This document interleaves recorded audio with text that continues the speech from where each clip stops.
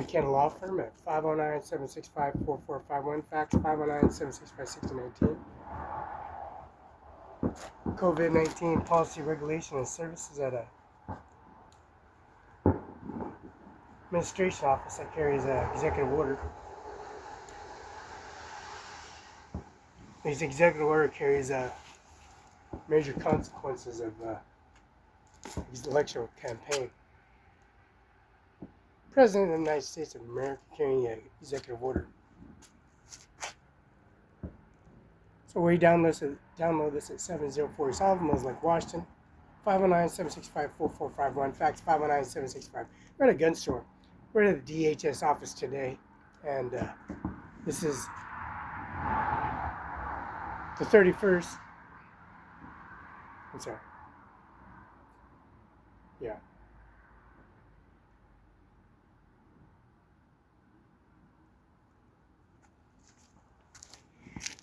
Double check that.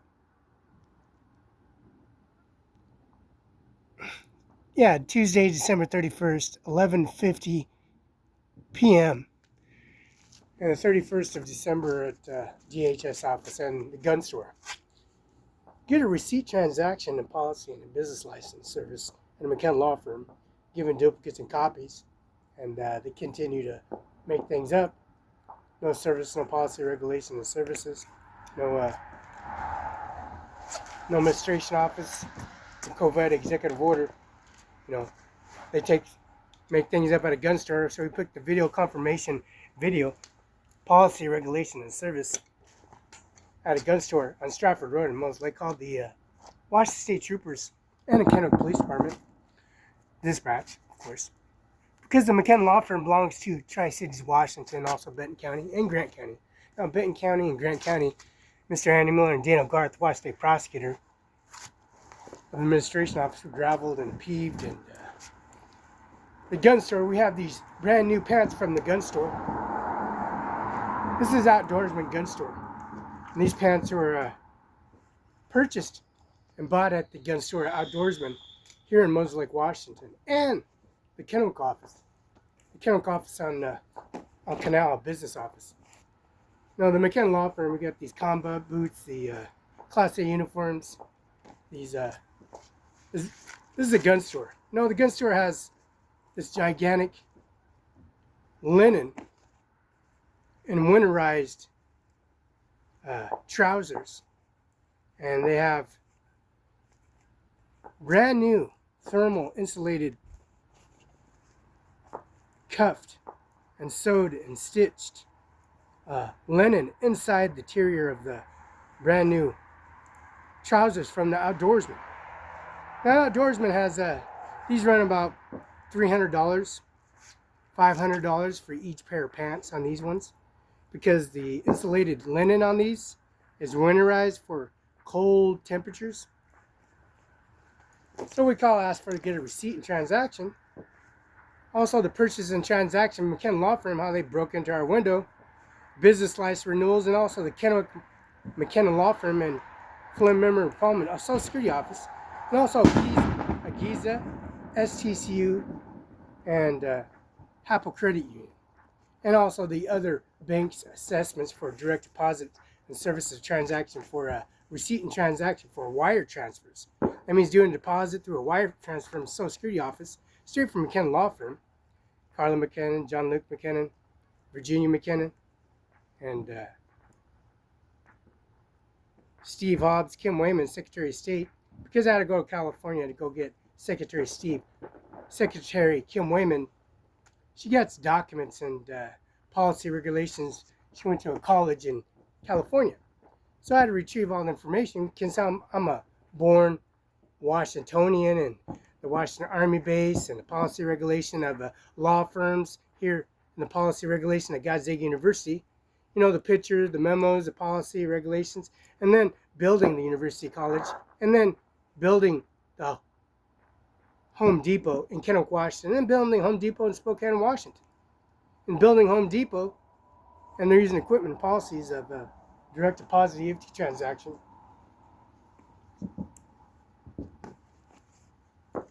And getting the policy, regulation, and services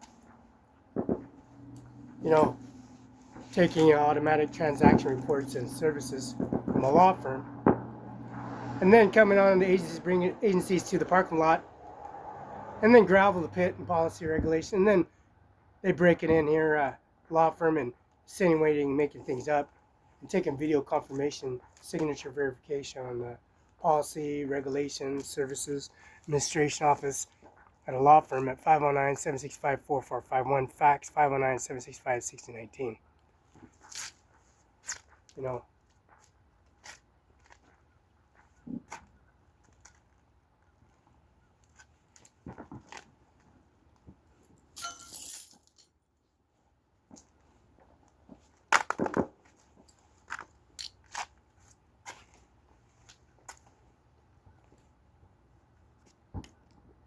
we'll give you a receipt or transaction, and then go to Winco, and go back to Winco, and then go to the DHS office, make a witness and testimony from a gun store. And then take the video confirmation, the phone calls of Kendall Police Department, and then click police officer. We called directly the state trooper's office and just hung up on him and called the state trooper's office and give him the representative counsel of a direct deposit and a business license, and also proof of transaction of ownership. And then we'll give him a receipt. Not done yet. We'll use the phone right now and verify that. We're going to do that right now.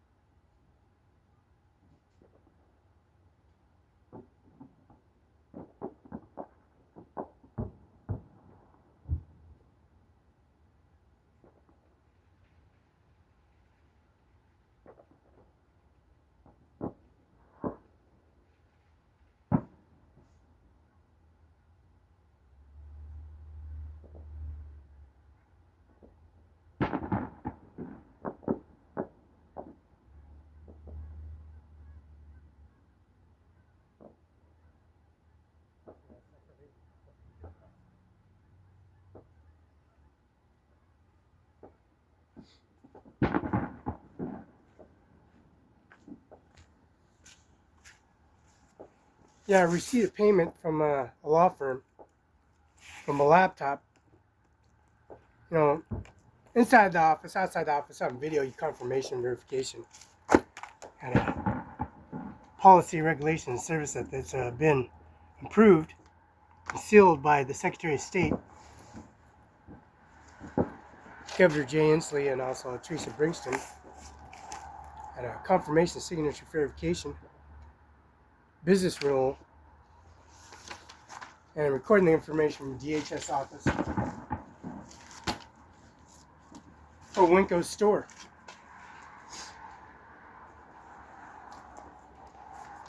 Now, confirmation signature verification, and also a regulated presidential primary election authorized by the Ken Law Firm at 509-765-4451.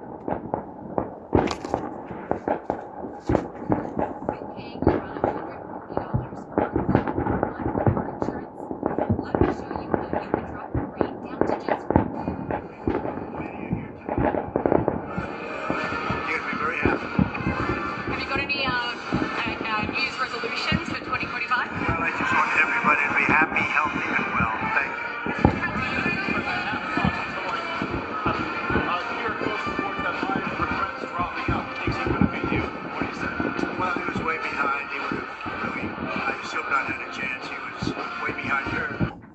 Many are here tonight. But you're going to be very happy. Have you got any New Year's resolutions for 2025? Well, I just want everybody to be happy, healthy, and well. Thank you.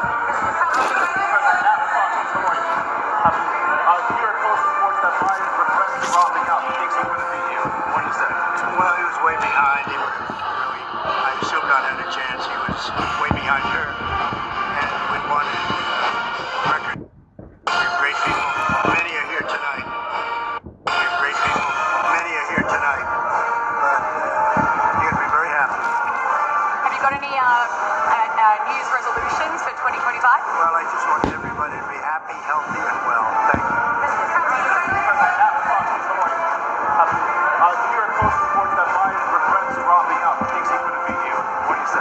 Well, he was way behind. He would have really, I assume, not had a chance. He was way behind her.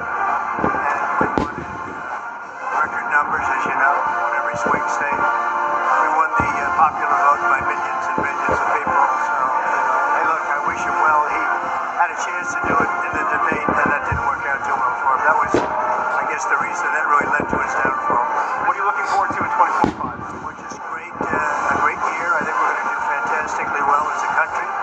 We're going to bring it back. It has to be brought back. People are not respecting our country very much, and they're going to respect us a lot. I think a lot of progress has been made over the last 5 weeks. It's been pretty amazing when you look at what's happened. There's a whole light over the whole world, not just our country. There are a lot of very happy people. Mr. President, Mr. President, Mr. President. Republicans who are still not supporting Speaker Johnson. Say what? What's your message to those Republicans who are still not supporting Speaker Johnson? Oh, I think they'll support Speaker Johnson. I think we're going to have a great time in Washington, and I think we're going to get great support.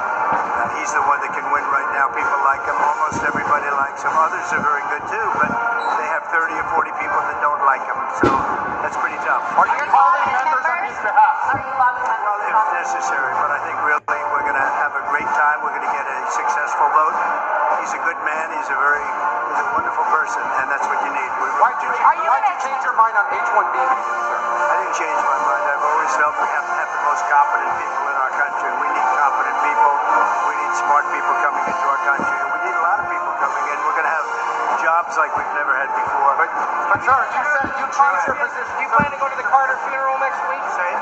Do you plan to go to President Carter's I do. funeral? I'll be there. We were invited. Spoke to any Carter family members? I'd rather not say. Have you spoken to President? Are you your nominees? Well, I think we have great nominees. We're doing very well, as you know. I think most of them are being thought of very highly, just about all of them. So I think we're going to do very well. You said that he says you're to meet with you. Are you planning a meeting with him? Well, I don't know. That's a traditional meeting. Some people would say we already had that. You know, we met a week and a half ago. But if it's appropriate, I'd like to, do that. Yeah. Any new thoughts on Ukraine and the situation there? Do you intend No, to? it's a shame. The whole thing would have never started if I were president. You wouldn't have Ukraine. You wouldn't have Ukraine-Russia problems. You wouldn't have had the Israeli problem with what happened on October 7th was just a horrible thing. All of the things. You wouldn't have inflation. Inflation was a disaster. One of the reasons we had the country, we won the country by the kind of numbers we won by, which were record-setting numbers. All of these things, and then you take a look at all of the other problems that they caused. The problems that they caused in this country, and specifically Iran on the border. Millions and millions of people that flowed through our border, from prisons, from mental institutions, people that should not be in our country. And you see the crime numbers, they're going through the roof. Look at New York City, look at Chicago, look at Los Angeles. They're going through the roof. We're going to get them out. We're going to get them out fast. Thank you. What is the best way to lose this central obesity? Some people call it belly fat. I'm gonna drink lime and ginger water every morning to lose weight. Okay, any other ideas? I'm thinking about running on the treadmill again. If you believe that to lose central fat, you must cut all carbs, go on a starvation crash diet, do intense cardio 4 to 5 times a week, you better watch this. Starving ourselves, eating salads, and cutting out carbs, doing this never works and only leads to more frustration. You might think this would take years to learn, but we're going to teach it to you in 60 seconds. Watch this. Metabolism killer, this is a metabolism killer, and this is a metabolism killer. if you're over 40 and are running on the treadmill endlessly and eating salads all day just to lose a few pounds, just stop and listen to what I'm about to tell you. In your 20s, it's easy, right? Put on muscle easily, we're fit, we have tons of stamina, tons of time sometimes. But as you get older, you may not be able to lose weight as quickly or as easily. You may not be able to put muscle on so easily. And you may think or may have been told that there's nothing you can do about it. Well, that isn't true.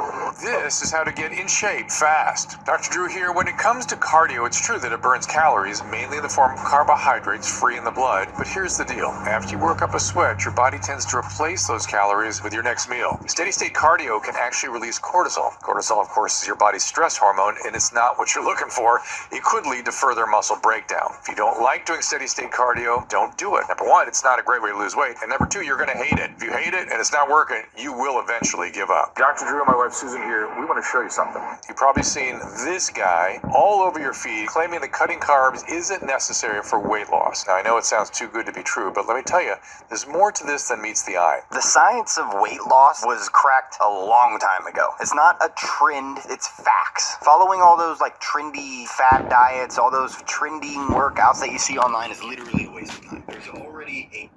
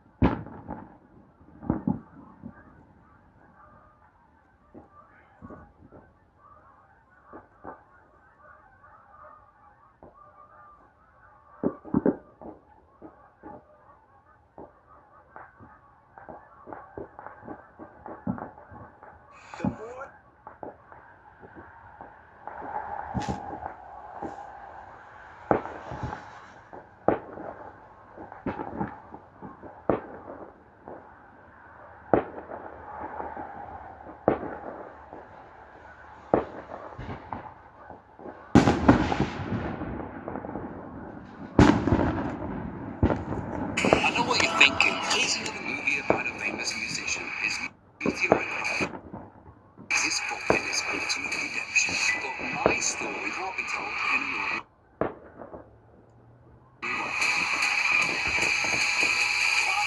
Better Man, now play. Hi, I'm JT, I'm a Result Hunter, the search engine for conservatives. Let me just tell you what it does. First of all, big tech. President-elect Donald Trump, welcome back to Meet the Press. Thank you very much. Thank you so much for being here. You are the first president since Grover Cleveland to win non-consecutive terms. Republicans now have control of the House and the Senate. What do you plan to accomplish in your first 100 days in office? Well, we're going to do something with the border, and very strong, very powerful. That'll be our first signal, and a first signal to America that we're not playing games. We have people coming in by the millions, as you know, and a lot of people shouldn't be here. Most of them shouldn't be here, but we have jails being emptied into our country. We have mental institutions from all over the world being emptied into our country. So we'll be doing that. We're going to be extending within that period, or as soon as we can, the Trump tax cuts, because you know they're coming due and they're very substantial for people, and it would be very, I think it will anger a lot of people, frankly, if we don't get an extension of that. That's what led us to one of the greatest economies ever. And those two things are going to be very, very vital, very important. We're going to be focusing on crime in the cities, and we'll work with Democrat governors. Most of them are, as you know, if you look at the 25 worst places, they're just about all Democrat-controlled cities and states, and we're going to be working with Democrat governors and Democrat mayors, and I look forward to doing it. But we have to do something about crime, and mostly in our cities. And we're going to have a lot of other things. We'll be working on nominations. We're going to still be working on some nominations. I think they're going very well. We have, for the most part, I think they're going extremely well. It looks like Peter's doing well now. I mean, people were a little bit concerned. He's a young guy with a tremendous track record, actually. He went to Princeton and went to Harvard. He was a good student at both, but he loves the military, and I think people are starting to see it. So we'll be working on his nomination along with a lot of others. We are going to delve into your nominations, but since you bring him up, do you still have confidence in Pete Hegseth? Yes, I do. I really do. He's a very smart guy. I've known him through Fox, but I've known him for a long time. And he's basically a military guy. I mean, every time I talk to him, all he wants to talk about is the military. He's a military guy. I used to kid him about it. I didn't think would be in this position where he may be, hopefully will be Secretary of Defense. But every time I was with him, he was fighting for soldiers, where he said some soldier was unjustly put in prison because they were really doing what they were taught to do, in some cases. So, yeah, I think he's going to do fine. The fact that there are these allegations against him, misconduct, sexual misconduct, heavy drinking, the fact that he said to some senators reportedly he'll stop drinking if he gets this job, does that worry you? No, I think that everybody has something that they can stop. Some people can stop eating. I'm lucky I'm not a drinker, but I could stop eating. And we all want to stop doing something. And if he said that, I mean, it's a nice thing to say. That's a good thing to say. But he's very respected. I can tell you, I know a lot of the people at Fox, they think he's fantastic. And the people that work with him, really, they love him. So I think you're going to have somebody that's really terrific. And again, all he talked about with me, I said, you know, you're not really a television guy, even though he did very well, as you know. You're really a military guy. He said, I'm all about the military. And I told him, so he's making a lot of money at Fox. They're doing very well. And I said, you know, if for some reason you don't get this thing, you're not going to be able to go back. And all that money you're making, you can kiss it goodbye. He said, this is all about America. You know, he didn't say, well, let me think about it. Let me discuss it. That's a very big, risky thing he's doing. When he goes and he says, I'm going to give up, you know, millions of dollars in order to possibly become the Secretary of Defense. A lot of people would say it's a great position. It's probably almost no greater position, but a lot of people would say, I have to think about it. He said, I don't have to think about it. All right, we're going to delve into your cabinet picks a little bit later, but I want to delve into one of your signature promises on the campaign trail, which was to end inflation, to lower prices. You are now proposing tariffs against the United States' three biggest trading partners. Economists of all stripes say that ultimately consumers pay the price of tariffs. I don't believe Can you guarantee American families won't pay more? I can't guarantee anything. I can't guarantee tomorrow. But I can say that if you look at just pre-COVID, we had the greatest economy in the history of our country. And I had a lot of tariffs on a lot of different countries, but in particular China. We took in hundreds of billions of dollars, and we had no inflation. In fact, when I handed it over, they didn't have inflation for a year and a half. They went almost 2 years just based on what I had created. And then they created inflation with energy and with spending too much. So I think I'm a big believer in tariffs. I think tariffs are the most beautiful word. I think they're beautiful. It's going to make us rich. We're subsidizing Canada to the tune of over $100 billion a year. We're subsidizing Mexico for almost $300 billion. We shouldn't be subsidizing. Why are we subsidizing these countries? If we're going to subsidize them, let them become a state.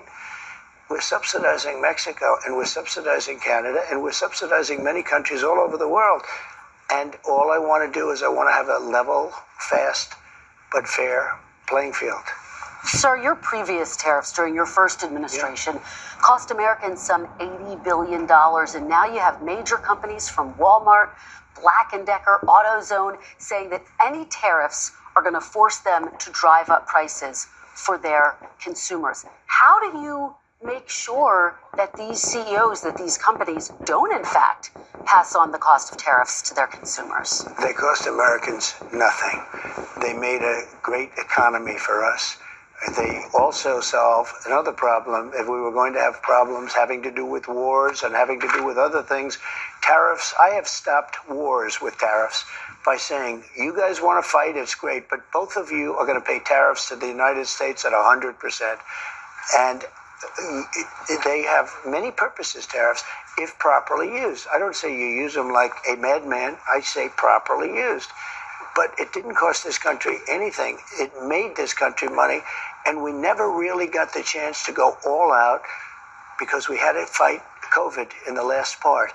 And we did it very successfully. And when I handed it over to Biden, the stock market was higher than what it was just previous to COVID coming in. It was actually higher. Tariffs are properly used, are a very powerful tool, not only economically, but also for getting other things outside of economics. Well, again, prices did go up on some goods in your first administration, washing machines, tires. Will you punish CEOs? Let me just explain to you. No, you mentioned washing machines. So you look at Whirlpool in Ohio. I got a call from Jim Jordan, one of the greats, congressman from Ohio. And he said, they're going out of business because South Korea and China are dumping washing machines into our country. And I put a 50% tariff on the washing machines coming in from China and South Korea. And Whirlpool and the companies that made washing machines, which are based in Ohio, largely based in Ohio, went through the roof. We saved thousands of jobs, tens of thousands of jobs. They were all going out of business because they were dumping washing machines. And when I put the tariffs on, they became successful businesses. No, it didn't. Not only didn't it cost people, it made our country stronger and more powerful, and it kept jobs. But how do you make sure that consumers don't?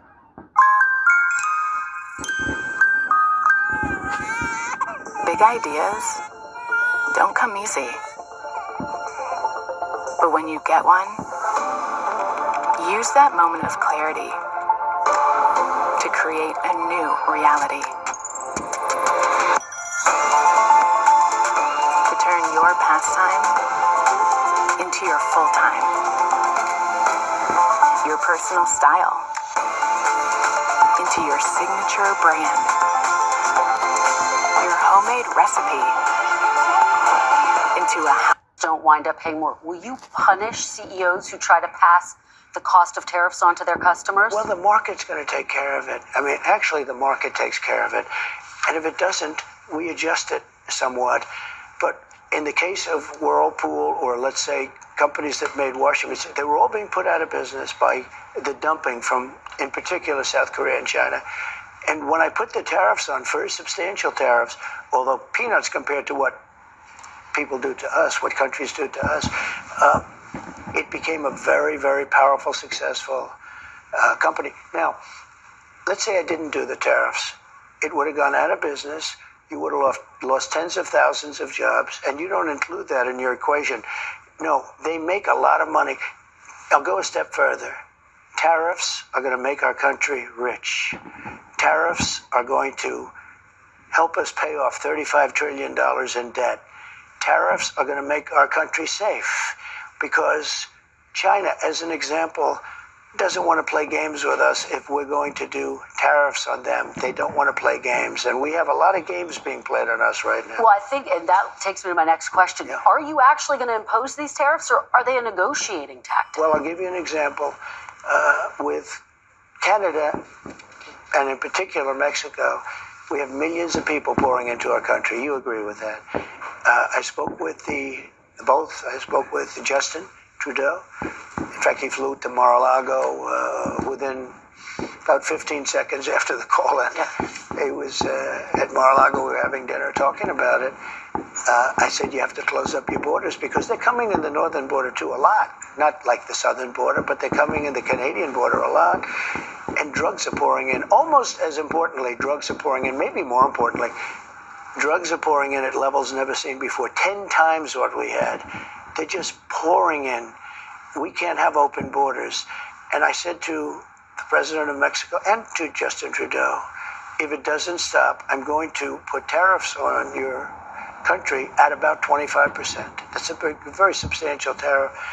And in the case of, in both cases, but in the case where it was really visible, within 10 minutes after that phone call, we noticed that the people coming across the border, the southern border, having to do with Mexico, they were at a trickle.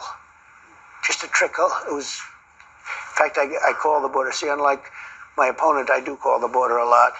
And I said, how's the border looking today? They said, there's nobody here. They couldn't believe it. The military stopped these vast groups of people. You know, we call them caravans, but they had caravans of people, and they largely stopped them. Now, they're going to have to continue that, but if they don't continue, and the other thing I told them is no more drugs, and I told that to China too. I had to deal with President Xi. Had the election been different, I'm going to be very nice because we don't have to get into an argument over 2020, but had the election been different, the result been different, we would have had China giving the maximum penalty, which is the penalty of death, to people that sent fentanyl into this country. But Biden didn't, unfortunately, finish that discussion up. I had an agreement with President Xi, who I got along with very well. We've had communication as recently as this week. And I had communication with him where they were going to give the death penalty to anybody sending drugs into the United States. This week you had that conversation. Not that conversation, but I had other conversations. Okay. But in the past, I've had that conversation. Let me ask you about another aspect of the economy, sir, the minimum wage. The federal minimum wage has been $7.25 since 2009. There are 20 states that still have the federal minimum wage at $7.25, and I actually have a map. 19 of these states actually voted for you, sir. Mm-hmm. And you can see it right here. I don't know if you remember this, but during the debate in 2020, I asked you if you would raise the minimum wage. You said you would consider it. And so my question for you is, now that you are going back to the White House, for these 19 states that voted for you, are you going to raise the federal minimum wage? It's a very low number. I will agree. It's a very low number. Let me give you the downside, though. Yeah. In California, they raised it up to a very high number. And your restaurants are going out of business all over the place. The population is shrinking. It's had a very negative impact. But there is a level at which you could do it, absolutely. Yeah. What is that level? I don't know. I mean, I really don't know. I can say this. You have a lot of businesses that are open and thriving because of the lower minimum wage. If you raise it too much, and you understand this, if California went crazy, they went crazy. And people, the restaurants are closing all over. Many more people are hurt. So I hear you saying, similarly to sort of what you said in 2020, will you consider this something you're going to look at? I'd want to speak to the governors. And the other thing that's very complicated about minimum wages is places are so different. Mississippi and Alabama and great places are very different than New York or California. I mean, in terms of the cost of living and other things. So it would be nice to have just a minimum wage for the whole country, but it wouldn't work because you have places where it's very inexpensive to live, where a minimum wage, which is at $8 or $9, might have very little effect because the cost of living in certain places is really low. Before we move on to immigration, which I do want to talk about, the chairman of the Federal Reserve, Jerome Powell, said he will not leave his post even if you ask him to. Will you try to replace Jerome Powell? No, I don't think so. I don't see it. But I think if I told him to, he would. But if I asked him to, he probably wouldn't. But if I told him to, he would.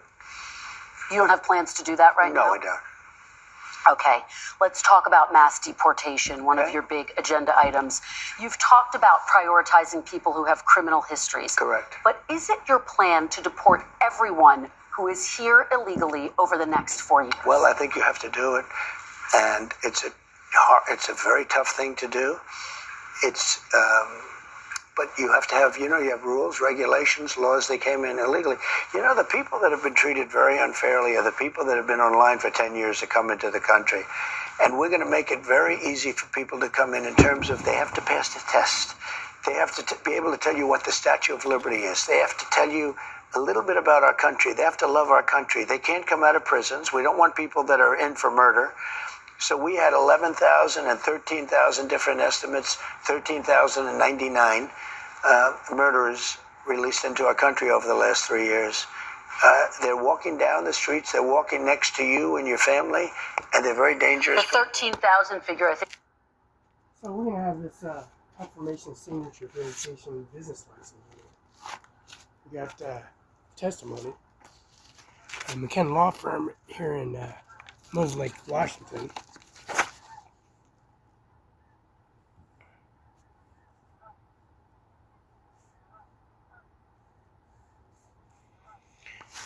the ones like Washington, is confirmation signature verification.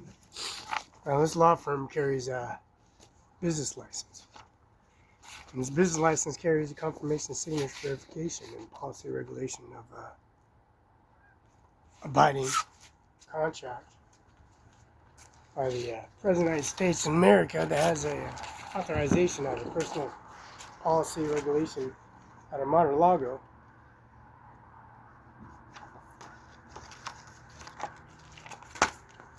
And making conversation and policy in Mr. Donald Trump in his interview. You know, the automatic transaction report of Social Security Office and all their benefits and services, they say the pay raise. So we're experiencing that pay raise certificate and service. So we're at a gun store. And the transaction report of purchase and transaction. And that transaction. And also the YouTube URL of Mr. McKinnon, Virginia McKinnon, also that all that sod used as Ivanka Trump's grave to cover up the sod, the defamation services of purchase and transaction at a DHS office, which he did that live, and also at a gun store. Now the gun store, the AR-14, AR-15, that was pulled out at a Moses Lake Police Department in front of video URL confirmation, and then July 13th and July of here at the McKenna Law Firm, breaking in here and sitting there breaking the laptop, and then carrying on making phone calls and conversations because the medical expenses, Mr. Policy Regulation, Mr. John Luke, Carla McKinnon, and also Policy Regulation DHS office and services making things up at a mailbox, a federal mailbox, sending confirmation certifications of billing manifests of Donald J. Trump, the titles, Bill Gates, 1835-73 Medina, and then Mr. Donald Trump in Mar-a-Lago, Florida, Palm Beach, and go to a mailbox and confirmation services of business license renewal, Teresa Brinkston and Jay Inslee, and a policy regulation that are housing development services and policy regulations and service. Stories don't match up one way or another.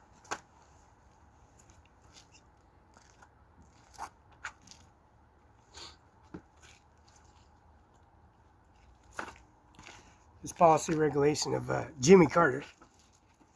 Now, Jimmy Carter with George Bush Sr. Of course, George Bush Sr., Mr. Nixon, Ronald Reagan, and Jimmy Carter, and the Vice President. And the policy regulation of the President's primary election. Of course, Ronald Reagan, Donald Trump, and then Ronald Reagan, and then George Bush Sr., Jimmy Carter, Ronald Reagan, and of course, Mr. Nixon. The Policy Regulation and Service Administration Office authorization and personal agreement society, bringing testimony and services. And also the Service Policy Regulation of Mr. Norman J. Manis, carrying that Vice President primary election.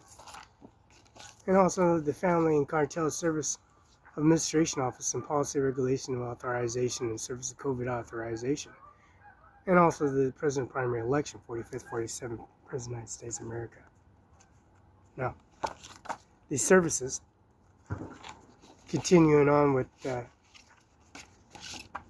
of the United States and Policy Regulation Services, Mr. Obama, Mr. Bill Clinton,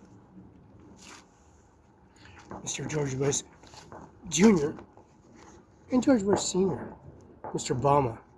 And don't forget, we got Bill Clinton, George Bush Jr., Jimmy Carter, Obama, and George Bush Sr. photograph policy FedEx UPS confirmation signature. We got George Bush, policy regulation of George Bush, the 43rd President of the United States of America. George Bush, the 43rd President, the sealed document servicing Mr. Donald J. Trump. Now, Bill, this is the billing manifest of Bill of Rights. The 46th President of the United States, Joe Biden, and the policy regulation President primary election. Now, Joe Biden, the policy regulation service. And we'll get the Queen of London, of course. Tiffany, policy regulation and service of president primary election. The service and policy regulation that gives the society of the President of the United States of America and Melania. And also the policy regulation of service of